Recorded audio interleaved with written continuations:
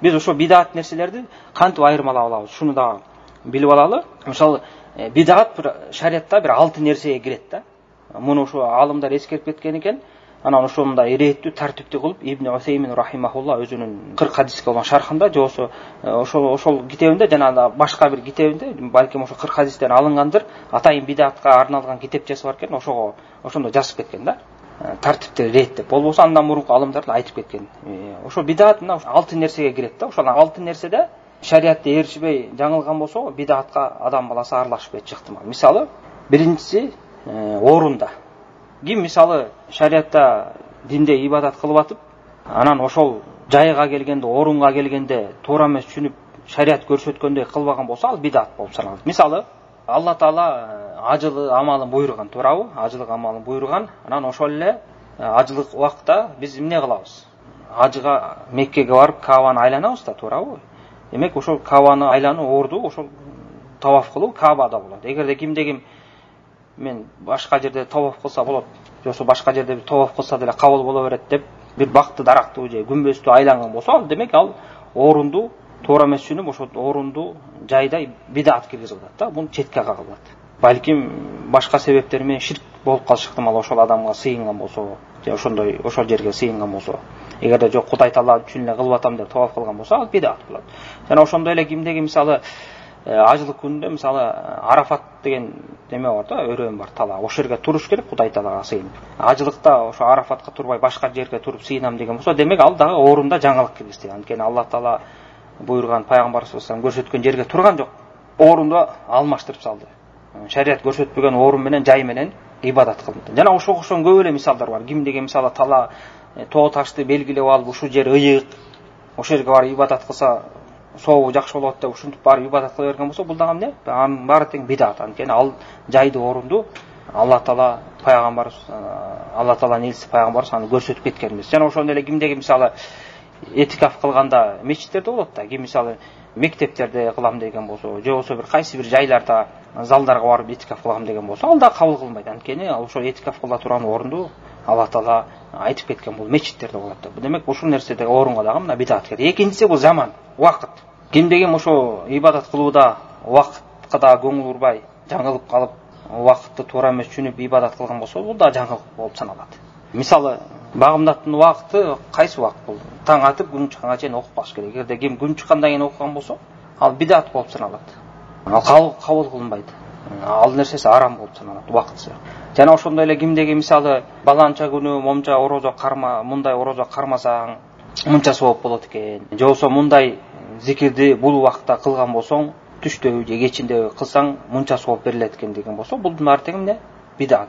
Анткени ага далил нерсе. Анткени убакытты чектеп көрсөтүп атат, далилсиз. Бул дагы бидат болот. Мына ошолордун бидаттарынын ичинде Ражаб айынын алгачкы жумасында, жума күнүндө, ошо эртең жума болот деген түн болуш керек эле, азыр эсимден чыгып атат, ошо жума түнү болуш керек эле. Салату рагаиб деген бар да, рагаиб намазы деген бар. Ошонтип окушат. Буга байланыштуу өтө алсыз же болсо жалган хадис келген, ошого амал кылышат да. Бул өзү эле намаздын сыпаты эле кызыктай да. Аны жаттап окумак түгүл, мындай жаттагандан жаңыласың. Мына ушундай намаз окушат. Ошо Ражаб айына чектеп алышып, ошо Ражаб айынын алгачкы жумасында окулат деп. Кыргызстанда да окуп түшөт кээ бир жериндечи, рагаиб намазы деп. Ошо динде жок намаз да. Муну ошо Навави жана андан башка алымдар ачык айкын бидат намаз деген да. Жана ошондой эле Али Кары өзүнүн 40 хадиске болгон шархында алып келиптир, ошо бидат жана бидат деп ошо башка алымдардын сөзүн алып келген экен да. Мына ушундай ибадаттар бар, ошо орунга, убакытка чектеп киргизип алган. Мына мында дагы абайлаш керек. Эгерде кимде-ким бир ибадат кылууда убакытты чектеп же болсо убакытка байлап далилсиз ушундай ибадат бар деген болсо, сөзсүз түрдө ал ошол адам далил алып келиш керек, далил алып келбесе өзүнө кайтарылат. Ал бидат болуп саналат. Андан кийинки үчүнчүсү себеп. Себепке дагы бидат кирип калышы ыктымал да. Мисалы, бирөө мынтип айтса, үйүңөн чыккан сайын же болсо үйүңө кирген сайын 2 рекеттен намаз окуш керек деп айткан болсо, же болсо үйүңөн киргенде чыкканда деп сүннөттө көрсөтүлбөгөн дуаларды, бир зикирди айтып, ушуну айтып жүрсөң сооп болот деген болсо, демек бул дагы эмне? Бидат болот. Анткени шариат көрсөтпөгөн себепти себеп кылып алып келип атат да. Мунун түрлөрү өтө көп. Мисалы, ооруп калсаң муну окусаң, же болсо адам баласы кыйналып атса, тиги баланча сүрөнү окуса, же болсо баланча зикирди айтса жеңилдейсиң, кыйынчылыктан кутуласың деп эле ушундай нерселердин баарын айтып берет. Көп да, бүт далилсиз. Ошонун баарында далилсиз ким сүйлөгөн болсо, ал динге жаңылык киргизилет. Ошондуктан ар бир себепке далил талап кылыш керек. Эгерде кайсы бир нерсени бир ибадатка себеп кылып байлап, же ибадаттын аткарылышын бир себепке байлаган болсо, ошол себептин аркасынан ушул ибадат аткарылып, анан ошого мынча жакшылык берет же сооп берилет деп айткан болсо, сөзсүз түрдө бул нерсеге далил талап кылыныш керек. Жана ошондой эле төртүнчүсү бул жинс деп коет, жинс эле ибадаттын түрү. Мисалы, шариатта көп түрлүү ибадаттар бар да, туурабы?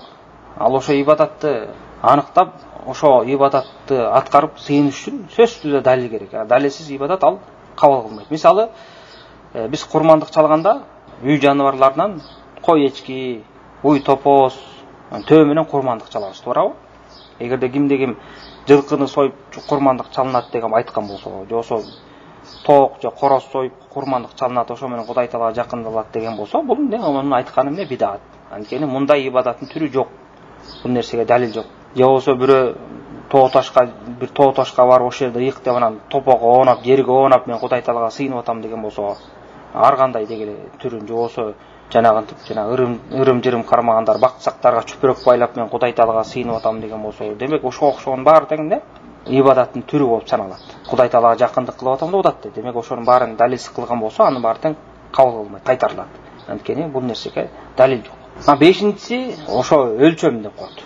Ошо ибадаттын өлчөмү же саны деп койсок болот, өлчөмү деп койсок. Мисалы, жана башында айтып кеткендей эле, эскертип кеткендей эле, кимдеги мисалы ла илаха илля анта субханака инни кунту минал залимин деген дуаны баланча миң жолу айтса, же канча 100 жолу айтса, мындай болот экен, мындай жамандыктан кутулат экен, же оору жукпайт экен деп айткан болсо, мунун баары тегинде бидат. Анткени бул нерсеге далил жок.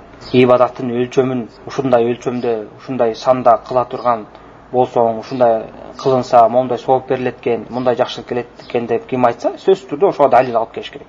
Антпесе ал кабыл кылынбайт. Же болсо ошондой эле кимде-ким бирөө айткан болсо, жанагынтип, рагайып намазына окшогон намаздарды айтып, кимде-ким 2 рекет намаз окуса же 4 рекет намаз окуган болсо, мынча сооп берилет экен деп. Же болсо жана кадыр түндө, Рамазанда келет атпайбы, кадыр түндө деп 100 рекет намаз бар деп ашканда, 100 рекет окуса мындай сооп болот, тигинче сооп берилет деп. Мына ушунун баары дегенде ибадаттын өлчөмүнө киргизген бидаттар. Далилсиз булар да кабыл кылынбайт. Андан кийин акыркысы бул ибадаттын сыпаты. Арабча сыфа же болсо кайфия деп коет да. Ибадаттын сүрөтү, сыпаты, кандай сүрөттө, кандай сыпатта кылыныш керек. Мына буга дагы бидат кирип кетиши ыктымал, эгерде ким далилсиз сүйлөгөн болсо. Жана мисалы рагайып намаз деп атпайбы, ошонун өзүнүн сыпаты бар да. Азыр мен мурун окудум эле, эсимден да чыгып кетти ал кандай, мындай, бул биринчи рекетте мынтип окуйсуң, анан ихласта окуйсуң, анан мындай окуйсуң деп ар кайсы нерселерди айта берет. Же болсо зикир кылганда тегеретте отуруп алып, секирип кылышып зикирлерди, жана суфилерди болот. Муну ибадаттын сыпатында болуп атат да, туурабы? Же болсо дагы башка намаздарды киргизип алышкан, мындай сыпатта окуйсуң, бул убакытта окуйсуң деп жок нерселерди айтыпчы. Мына ушунун баары тең бидатка кирет. Жана ошондой эле мисалы сыпатка пайгамбар саллаллаху алейхи вассалам нафил намаздарын такай жамаат менен окуган эмес да, кээде окуган да. Ана ким эгерде такай жамаат менен окуган болсо, бул дагы бидат болот. Анткени ал ибадаттын сыпатын өзгөртүп атат. Такай аткарылбаган сыпатты такай кылып аткарып атат. Жана ошондой эле мисалы пайгамбар саллаллаху алейхи вассалам хутба кылып атканда, жума хутба кылып атканда, дуа кылганда, колун көтөрбөй дуа кылган. Сөймө менен ишарат кылып дуа кылган да. Эгерде ким аткарган болсо, ошо сыпат дуа кылыш сыпатында, ошо колун көтөрүп жума хутбасында. Бул истисқа эмес, жан сураган эмес, жөн эле жума хутбасында намаз окушум деп да. Демек бул дагы бидат болот. Анткени Муслимде келгенде хадисте сахаба инкар кылат да. Бир мусулмандардын башчысы ошондо колун көтөрүп дуа кылганда пайгамбар саллаллаху алейхи вассалам көтөргөн эмес дейт. Демек бул сыпаттагы өзгөрүү болуп атат. Мына ошо жогоруда айтылган 6 нерсени ибадат аткарып атканда, ошо 6 нерсеге жакшы көңүл буруш керек. Эгерде ушул 6 нерсенин бирөөсүн эле ким далилсиз өзгөртүүлөрдү, алымча кошумчаларды киргизген болсо, ал бидат болуп саналат. Эгерде ушул 6 нерсе мейли орун жай болобу, заман убакыт болобу, себеп болобу, ибадаттын түрүбү же өлчөмү же сыпаты, ошо сүннөттө же шариатта кантип сыпатталып келип, ошондой кандай келсе ошондой аткарылган болсо, ал анда бидат эмес. Анткени ал далили менен келип атат. Мисалы кимде-ким бул нерсени аткарса, ушундай себепти кылса мындай сооп болот экен деген болсо, албетте аны далил менен айтса ал кабыл кылынат. Жоксо бул убакытта ким мисалы ибадат аткарса сооптуу болот экенсе, биз албетте кабыл кылабыз. Мисалы духа деген намаз бар, ал күн чыккандан күн ортого келгенге чейин, күн көтөрүлгөндөн ортого келгенге чейин окулат да. Анткени мунун нерсенин далили бар. Анткени бул убакытты чектеп көрсөтүп атпайбы, мына духа намаз ушул убакытта окулат деп. Бул биз муну туура деп кабыл кылабыз. Анан мисалы ажыга барганда, мисалы Мина өрөөнүндө мындай ибадат кыласың, Арафатта деген бул жер ушак барып мындай ибадат кыласың, дуа кыласың десе, бул жайды аныктап атат. Демек бул жерге пайгамбарыбыз саллаллаху алейхи вассалам хадистери бар, далилдери бар, анын далили менен кылып атабыз. Демек ошол 6 нерседе биз жакшы көңүл бурушубуз керек. Далил келсе кылабыз, далил келбеген болсо ал өзүнө кайтарылат.